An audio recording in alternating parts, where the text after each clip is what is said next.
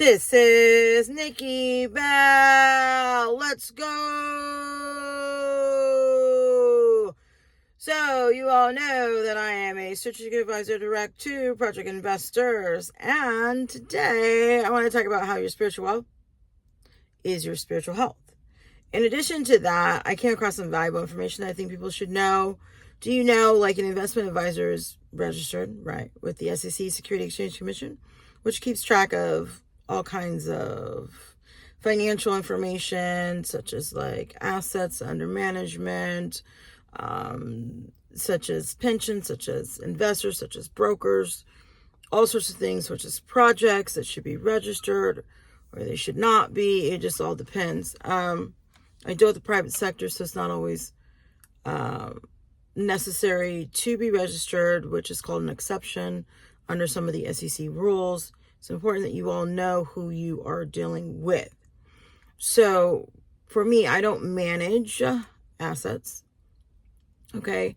I guide, I educate investors on their deal flow and on projects that they tend to invest in. I'm looking at risk. I'm looking at mistakes. I'm looking at compliance. I'm looking at reviewing of contracts, but I do not manage assets, stocks, shares, what have you. Okay. So my next point is that when you have an advisor, not necessarily an advisory board, because an advisory board can be a variety of people who come together. Okay. But when you have like an investment advisor that's specifically advising you on investments, usually those investments are like, certain companies that have gone public, that have stocks and shares that you want to invest in.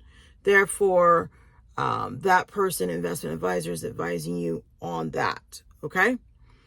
And if you want to take it further and have them manage your assets, that's called an AUM, assets under management.